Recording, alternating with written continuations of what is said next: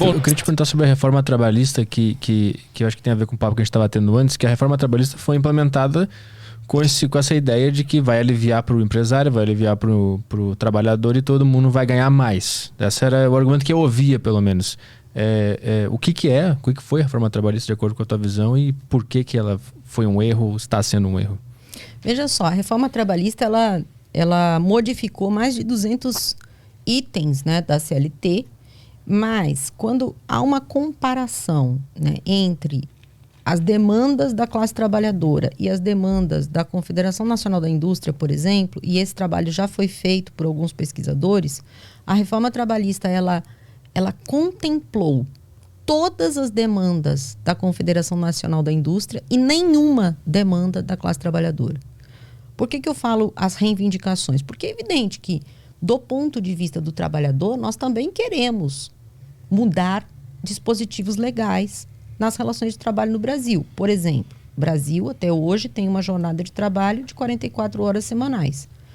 O nosso projeto é de mudar esse dispositivo e passar para 30 horas semanais. Então, é uma modificação, é uma reforma, né? Uma mudança na lei.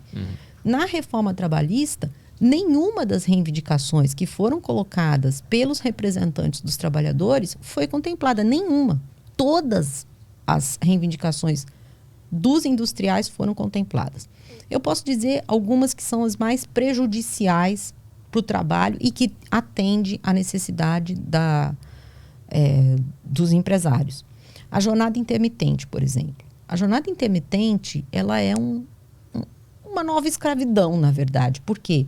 O trabalhador ele fica disponível para o trabalho o tempo todo.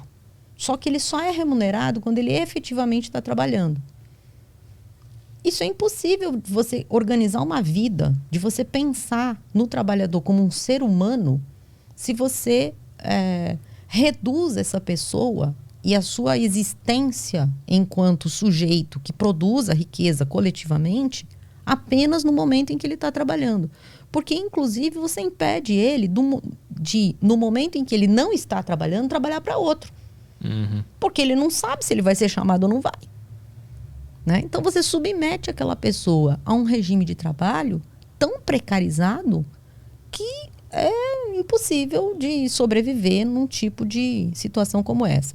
Diversas outras questões, por exemplo, a terceirização de atividades fins. Apesar de que esse tipo de processo já vinha de uma modificação na legislação trabalhista feita no governo Dilma. Né? No Brasil, o processo de terceirização, de permitir a terceirização, começa lá no governo Fernando Henrique. Né? Modificações, como eu disse, né? As modificações na legislação trabalhista, ela vem bem do governo Fernando Henrique, passando pelo governo Lula e governo Dilma, e pior de tudo é a reforma trabalhista do governo Temer. Mas todos esses governos promoveram modificações que pioraram as condições de trabalho. Não teve modificação ali de melhorar as condições de trabalho. As condições, quando eu falo condições de trabalho, são as relações de trabalho, né? A relação do contrato de trabalho. Bom, no governo Lula teve uma coisa que foi boa, que foi o reconhecimento das centrais sindicais, que não existia antes na legislação, e isso é importante. Mas veja, a terceirização, né, nas empresas, permitiu-se a terceirização das atividades meio. Então, se você tem uma empresa grande, né, que precisa de um setor de limpeza, mas a sua empresa é de produção, sei lá, de componentes de computador.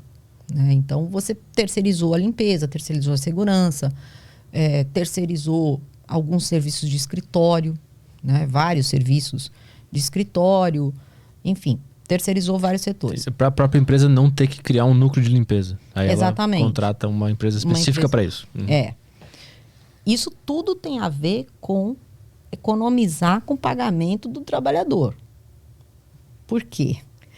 Porque se você trabalha numa empresa, se você trabalha num banco, por exemplo, você é submetido ao contrato coletivo de trabalho dos bancários. Então, todos os direitos que os bancários têm, você também tem. Independente de você estar exercendo uma atividade bancária ou de limpeza. Agora, se você trabalha numa empresa de limpeza, você está submetido ao contrato de trabalho das pessoas que trabalham com limpeza, mesmo que você trabalhe num banco. Entendeu? Então, a terceirização, ela já precariza as condições de trabalho, principalmente daqueles setores dos trabalhadores que já são mais precarizados. Que é limpeza, alimentação, segurança. Né? Tu isola cada vez mais eles. Exatamente. Entendi. Como é que fala? Reparação, né? Pessoa que vai... Imagina, a Rede Globo deve ter um conjunto gigantesco de eletricistas. Na manutenção do lugar. De manutenção. Você contrata toda uma empresa terceirizada. Assim, ele não é submetido às mesmas condições de trabalho de um trabalhador da Rede Globo. Tipo assim, teoricamente, se eles têm um programa de lucros lá, ele não ganha, porque ele é de outra empresa. Não é assim. O vale alimentação. Entendeu? Sei lá quanto ganha lá um vale alimentação de um trabalhador da Rede Globo. Deve ganhar lá um dinheirão lá de vale alimentação. Agora, a moça da limpeza que trabalha na Rede Globo, se for terceirizada, eu tô falando aqui, mas eu não sei, né? Sim, é um exemplo. Tô dando um exemplo. Ela vai ganhar o vale alimentação que a empresa dela paga.